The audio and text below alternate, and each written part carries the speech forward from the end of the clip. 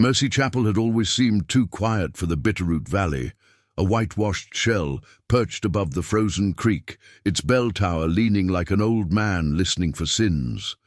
By Christmas of 1885, most folks in the valley had already drifted south for winter, leaving only the stubborn, the haunted, and the ones with no better place to go.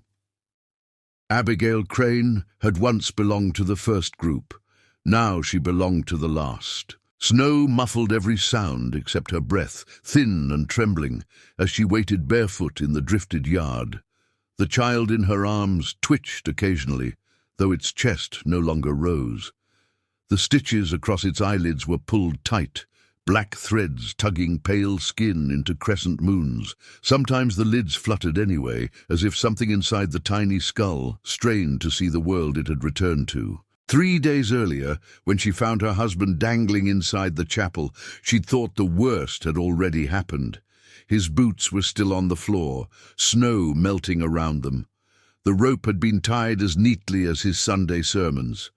Abigail had cut him down with the same knife she now kept tucked in her apron. She'd wept, not because she'd loved him, he'd been a hard man long before he'd traded their child away, but because the valley was too wide and too lonely to bury anyone without help. Then she'd found his journal wedged behind the pulpit, pages and pages of trembling confession, ink splattered like blood. The crow hadn't wanted the baby. They hadn't taken gold. They'd taken the preacher's promises, 6 nights of prayer, 6 rites forbidden by the church, 6 names spoken under a moonless sky. In return, they had given him something wrapped in deer hide, something he claimed he buried beneath the chapel floorboards, but had felt follow him home anyway. Abigail had burned the journal. She didn't need to read more. Yesterday, the knock came at twilight. When she opened the door, the bundle lay on the step, frost clinging to its lashes, breath rattling faintly, though the child had clearly been dead for hours.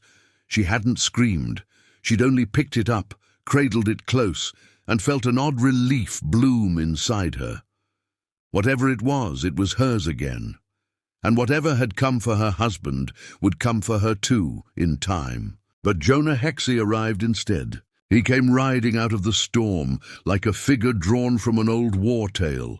Black dusted in white, hat brim heavy with ice, his horse limped from some long-ago wound. Jonah himself carried the Lincoln County scar around his throat like a wedding band of violence. He hadn't bothered with greetings, only stared at the chapel, the hanging rope still swinging behind the window. Abigail knew he'd come for the preacher's ghost, or the preacher's debts, or the preacher's sins. Men like Jonah rarely separated the three. Now he stood a few yards away, boots sunk deep, revolver glinting gold and steel in the dying light. Snowflakes settled on the barrel like ash.